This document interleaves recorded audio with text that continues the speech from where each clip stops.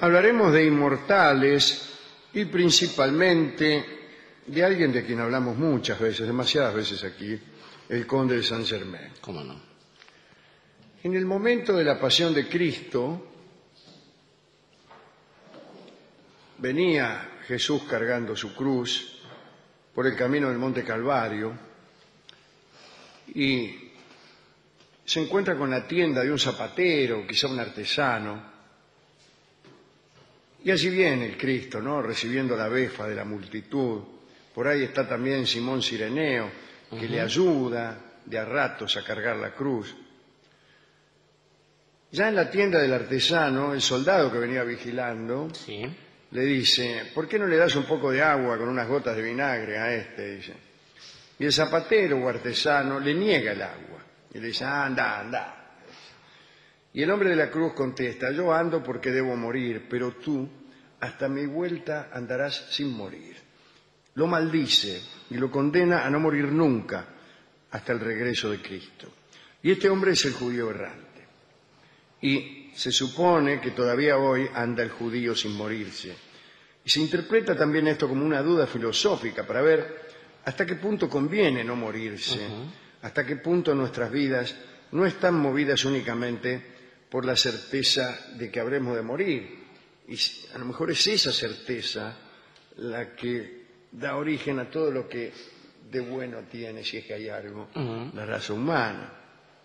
En los mitos, la idea de la inmortalidad aparece de modo muy inocente, quizá.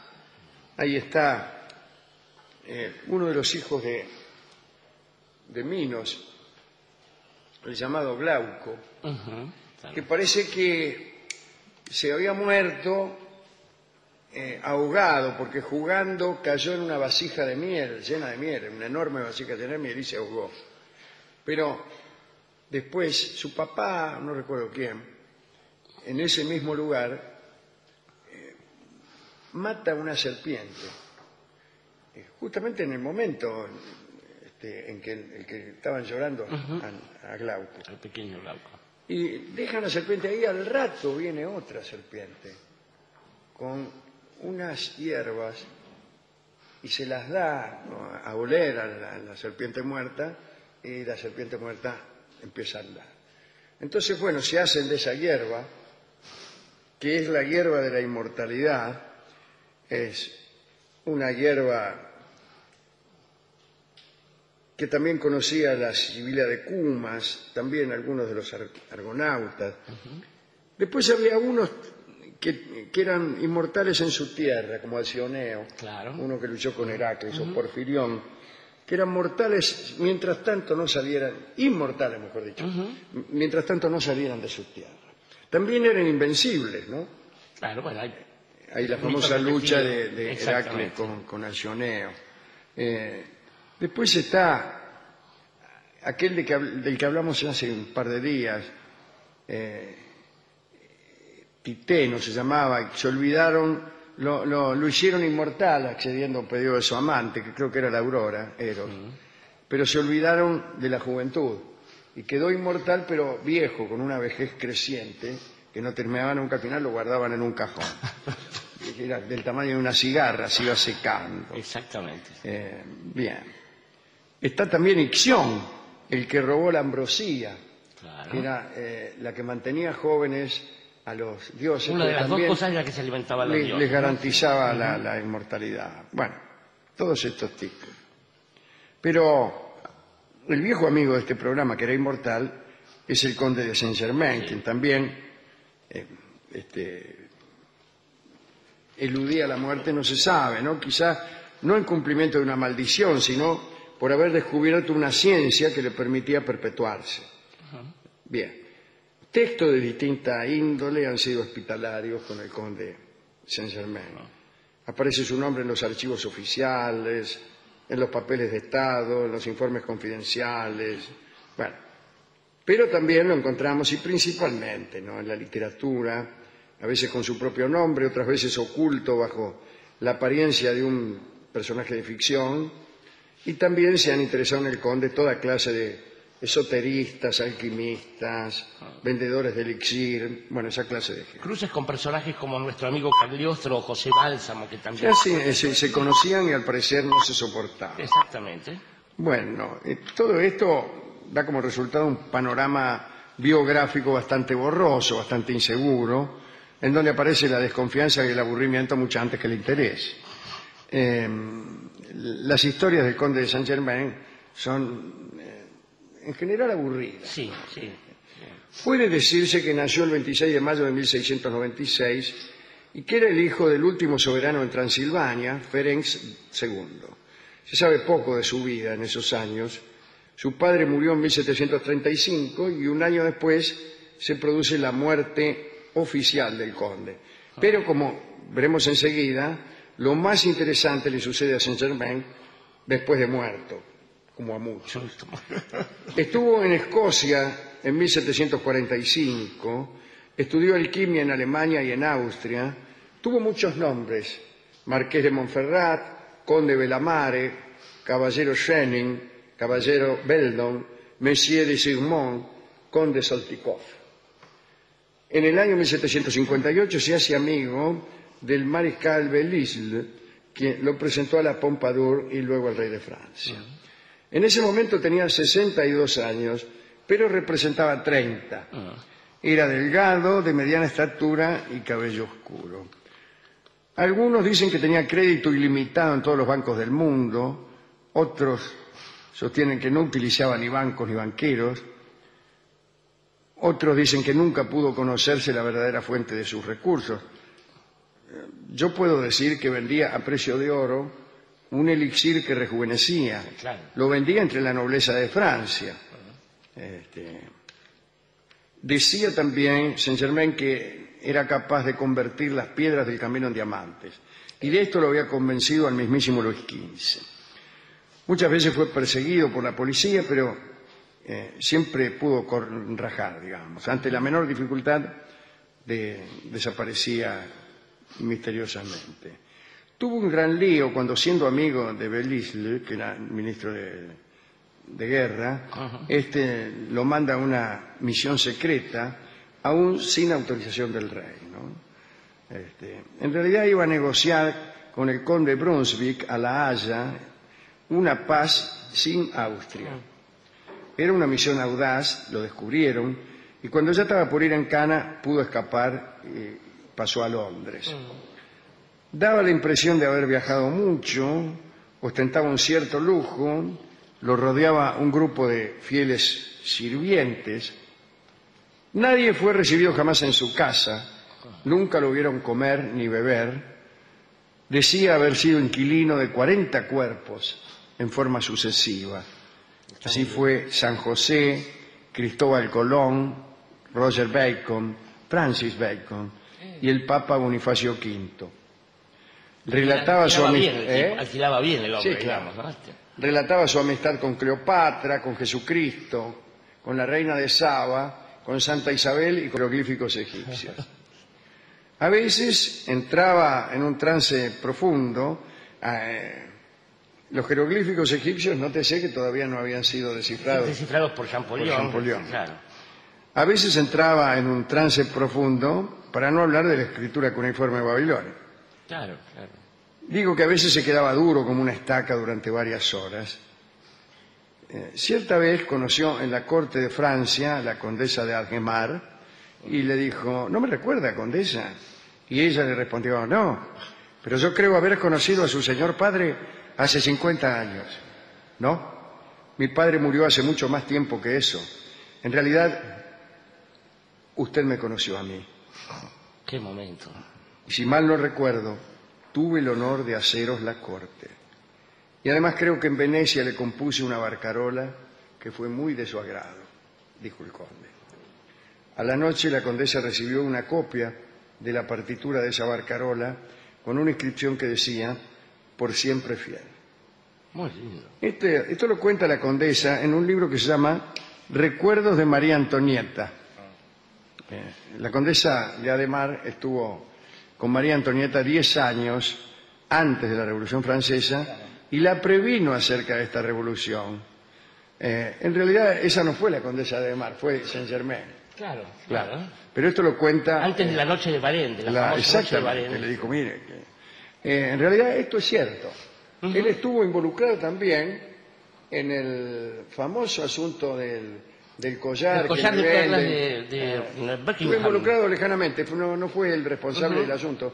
Pero ahí consta su nombre en las investigaciones, en el juicio, fue enjuiciado, salió absuelto. Quiere decir que acá ya entramos en un terreno en donde había un tipo que era el conde de Que hacía de las suyas bajo esa, por lo menos, de vestidura. Sí, sí. El caso es que Saint-Germain se fue a Suecia y se murió otra vez un 27 de febrero de 1784. Pero no está enterrado en ninguna parte. La condesa de Ademar recibió una carta del conde unos 5 años después de muerto, no porque el correo anduviera mal, sino porque había sido fechada en 1789. La carta dice, mire, se avecinan tiempos tremendos, ya nada será como antes. Le pido por favor que vaya mañana a las 8 a la iglesia de los Recoletos. La condesa fue y se lo encontró a Saint-Germain, vivito y coleando, arrodillado entre las sombras, y al mirarlo descubrió que tenía el mismo rostro de 1760. Él le dijo, nos veremos 5 veces, condesa, pero por favor no desee un sexto encuentro. Van a ocurrir en estos días cambios tremendos. No voy a poder protegerla. El rey no me ha querido escuchar, bla, bla, bla. Vuelve a anticiparle la revolución que va a estallar en esos mismos días. La condesa cuenta que lo vio 5 veces y la última vez que fue la sexta fue la víspera de la muerte de la condesa, que fue el 11 de mayo de 1821. Todo esto consta en los recuerdos de María Antonieta, que es una obra de la condesa de Ademar. Ahora bien, hay un detalle intranquilizador. Resulta que este libro, Recuerdos de María Antonieta, supuestamente de la condesa de Ademar, no fue escrito nunca por esta condesa, sino por un famoso falsificador, probablemente un señor Lamotte Langon. Siguen los datos. Este falsificador, si es que era Lamotte Langon, estoy hablando, conjeturando. Este falsificador falsificaba textos de toda índole, entre ellos estos recuerdos de María Antonieta por la condesa de Ademar, que jamás escribió una línea de esto.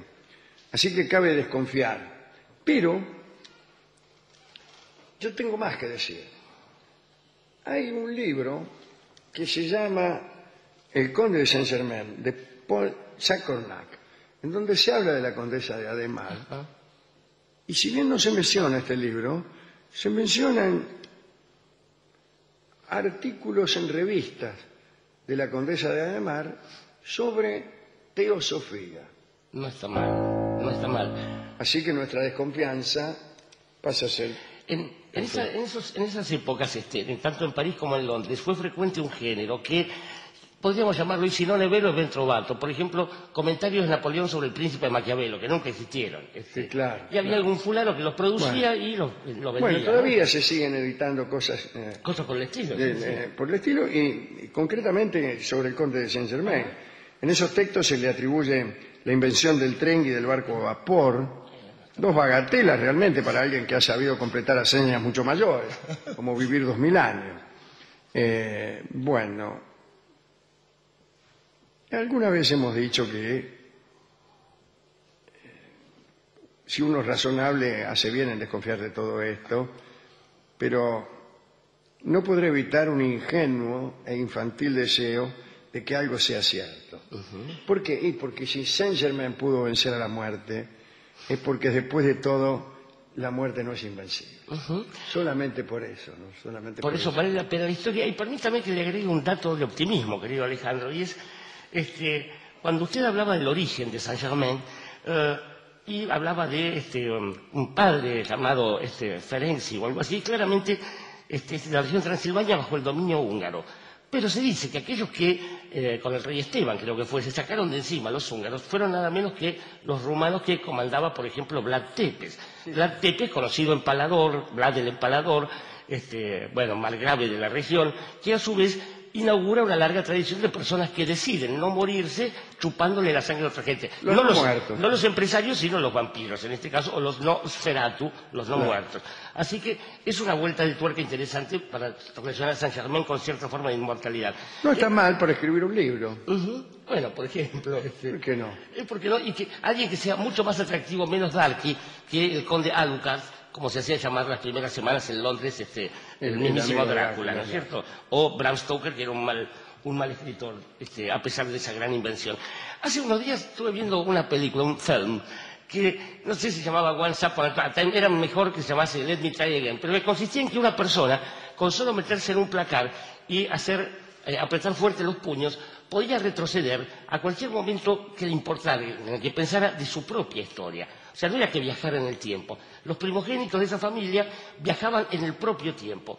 Esto le permitía desandar algunos errores a la gente y vivir de vuelta un momento que, por supuesto, una película hecha en Hollywood pretendía que sucediera para levantarse una mina, para hacer mejor un negocio, y escasamente se le ocurría cuando se le estaba por morir el padre. Pero bueno, no importa la película. Digo que... Sí, cuando uno descubre 1000 aplicaciones secundarias... Claro, sí. Y más complejas, capaz de hacer estallar el mundo, pero... Exactamente.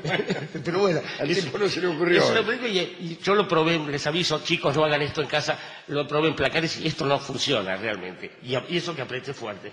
Pero digo que de todo, aunque esto no funcione como práctica, a veces la vida opera de ese modo. Esto es, nos somete a situaciones en las cuales uno puede pretender que está viviendo de nuevo y que puede rehacerse de algún error cometido o bien cambiar de actitud, como se dice de esas dos ratas caídas en un cubo de leche, en que una dice, todo el mundo sabe que una rata en un cubo de leche se ahoga, y la otra dice, sí, una rata se ahoga, pero ¿por qué no probar? ¿Por qué no probar? Hasta que finalmente de tanto sacudirse logra hacer crema, y entonces sale marchando. Está muy bien. Digo, lo extraño también es que, al fin y al cabo, cuando pasan estas cosas, y al cabo de muchos años en que uno logra la sabiduría necesaria para saber que no hay que copiar el estilo de un escritor para ser bueno, que no es necesario morderle el cuello a una mina para sobrevivir, pero sí por ahí enamorarla, y ese tipo de cosas, se vuelve a encontrar con la rata que no nadaba por ahí, y que esa rata le diga, bueno, uno nunca sabe, porque al fin y al cabo, esas son las vueltas de la vida. Está muy bien.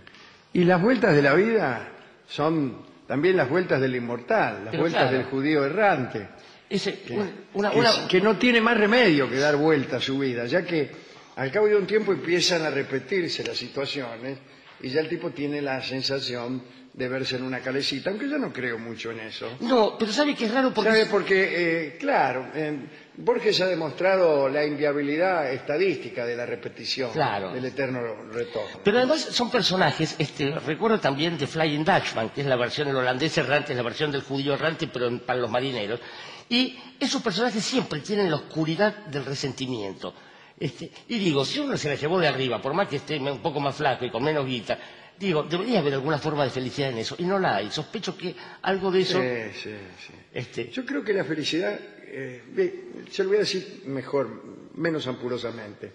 Si yo hubiera hecho el universo, o sea que sería un desastre para todos, hubiera hecho inmortales a los hombres, pero no se los hubiera dicho.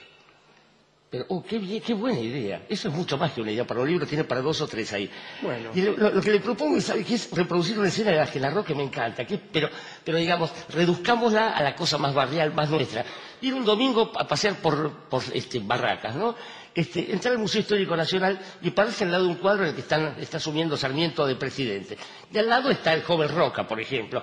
Y que uno diga... Ese Roca, por favor, me acuerdo cuando lo nombraron general y este tipo no se parece en nada, e irse.